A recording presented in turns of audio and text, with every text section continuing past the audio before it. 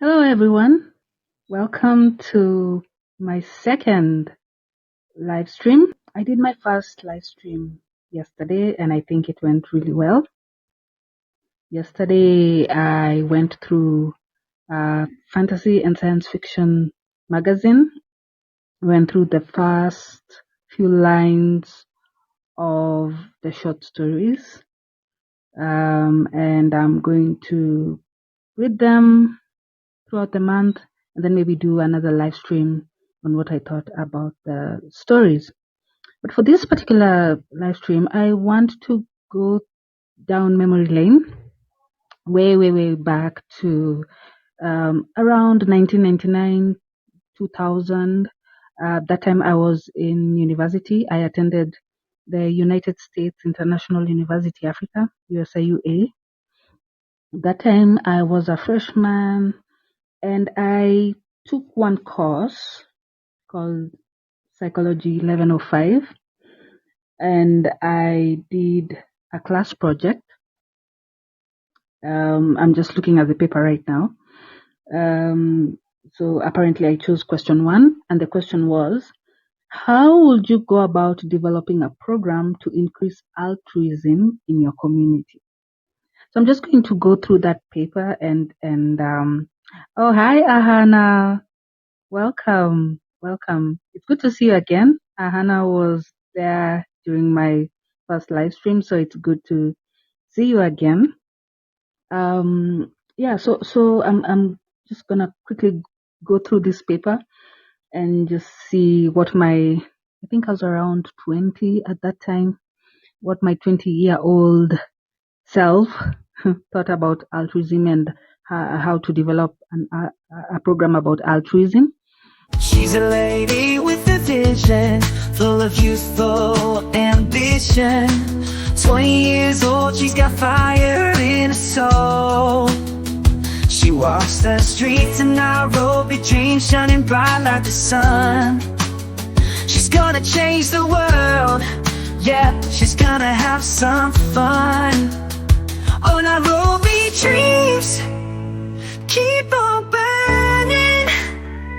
You're not defined by the cards you're holding. Raise your voice, let it be heard. Oh, Nairobi Dreams, you're the force to be reckoned with. Of course, the first paragraph of the paper, I defined what altruism is. Welcome, Rohit. The title of the paper was Increasing Altruism in Nairobi. That time I used to live in Nairobi. I still live in Nairobi, but at the time I lived in another town in Kenya called Nakuru. But at that time, around 2000, I was in Nairobi. Right now, I'm still in Nairobi. So a lot has changed. But I'm just going to go through that paper and see what my 20-year-old self was thinking. So the title is Increasing Altruism in Nairobi. Nairobi is the capital city of Kenya. Here come these sun officers and merchants, Indians and Africans and Caucasians, reggae and hip-hop and dance and rock, opulence and oppression, brutality and beauty, intoxication.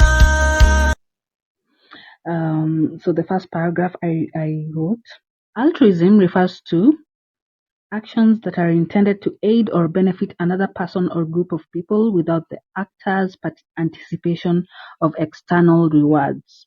Such actions often entail some cost, self-sacrifice, or risk on the part of the actor. So I was quoting a book that was written in 1977 by Musen and Eisenberg. And then I added that in one word, altruism is unselfishness. Altruism, it's the fire in our souls, the willingness to sacrifice, to make others whole. It's a hand reaching out when someone's feeling down, a spark of humanity that can turn the world around. Altruism, it's a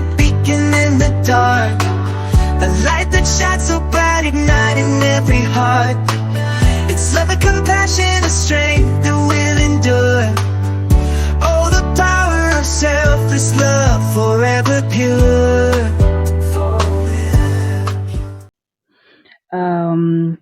Oh, thank you, Rohit. Rohit likes my picture.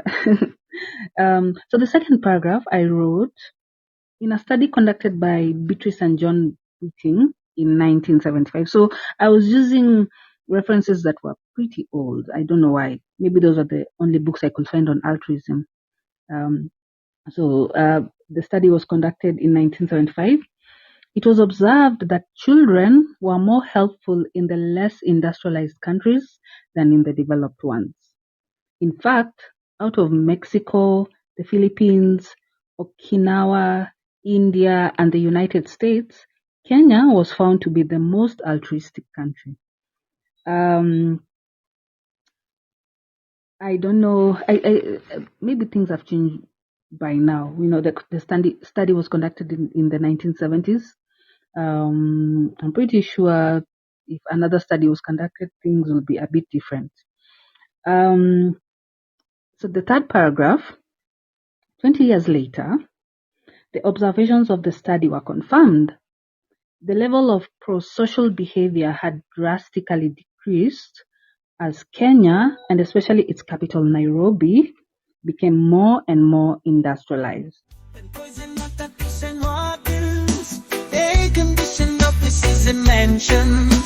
Indians and Africans and Caucasians, reggae and hip hop and ginger and rap, opulence and oppression, brutality and beauty, intoxication. Furthermore, industrialization contributed to cultural alienation in Nairobi, and it is well known that African traditions do encourage altruistic acts such as sharing, helping, and cooperating. There's actually a word that is, I think it was coined in South Africa, but, we use it in all of Africa. It's Ubuntu, and basically it translates to I am because we are. There's that aspect of community, of helping each other, of being there for each other. Your heart is the city where dreams run wild, a place that's got stories to tell. Through the hustle and bustle, spirit thrives. Altruism rings like a bell. Nairobi's calling. Can you hear the sound? We rise together in unity. We're bound with love and compassion. We'll light up the way. Nairobi's calling. Let's make a change today. So the next paragraph I wrote, the present attitude of the majority of Nairobians, so this was way back in 2000. The present attitude of the majority of Nairobians, which is every man for himself and God for us all, proves that there is a need to increase altruism in this community, and more so in children, since they are the leaders of tomorrow. Of course, nowadays, people would dispute that phrase of, young people being the leaders of tomorrow, because they're the leaders of today. Young people nowadays are doing amazing things. They don't have to wait for tomorrow. They're already making an impact today. In the heart of the city where the spirit is alive, there's a fire burning bright, keeping hopes and dreams alive. People come together, lifting helping hands, with love and compassion, they're changing lives across the land. We are the heroes of Nairobi, united we stand tall, fighting for a better tomorrow. Won't let each other fall. Open hearts and open arms will make a difference every day. We are the heroes of Nairobi, lighting up the way. In the next paragraph I wrote, but what is the best way of doing this? Television, of course. Remember, this was way back in 2000. The internet wasn't as popular as it is right now. So for my 20-year-old self, television seemed to be the best way. On the TV world in your head, every channel taking you to a different land. Reality shows and late night talk, drama and action, just take a walk. Switch your channels, baby, on my remote control. Turning up the volume, feeling it in my soul. From the couch to the beats, we were never gonna stop. Channel surf, we'll watch until the day we drop. This communication device has become almost a necessity in most Nairobi homes, meaning that any information will reach the largest number of people if television is used to convey the message. Moreover, the targeted audience, which is children, spend most of their free time watching television. Therefore, I will develop a children's program with the main theme being altruism. I went on to write that the language of communication for this program will be English. This is because it is a more popular means of communication in Nairobi than in other parts of Kenya where Swahili and vernacular languages are widely spoken.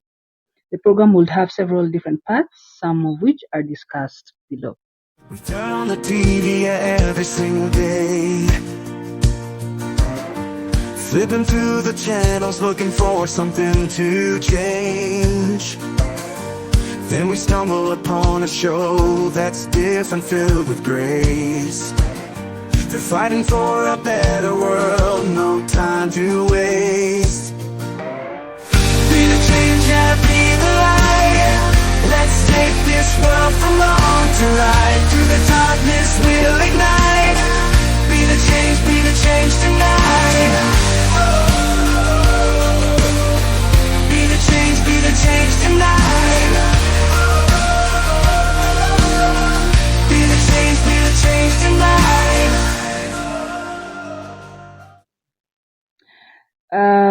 Laboratory experiments have indicated that young children who observe charitable or helpful models become more charitable or helpful themselves. So this, I was quoting Rushton and Yarrow.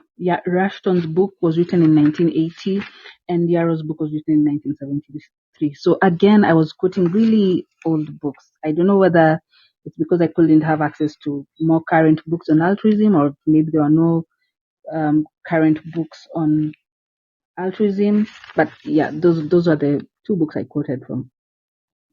I went on to write, celebrities such as actors and musicians have a big influence on the younger generation.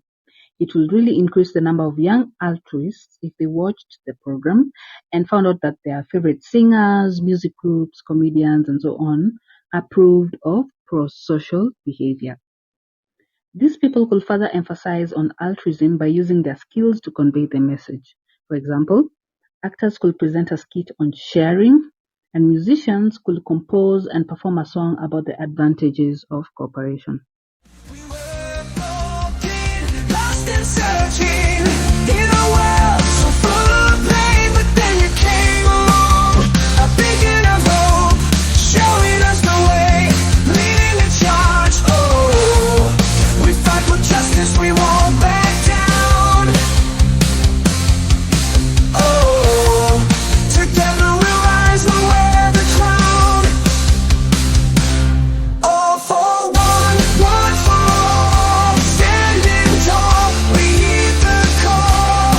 In this TV show of altruism, we'll change the world, we'll make a difference. All one for all, united we'll rise, we'll never fall. In this television show, we'll find the light, guided by love, we'll win the fight.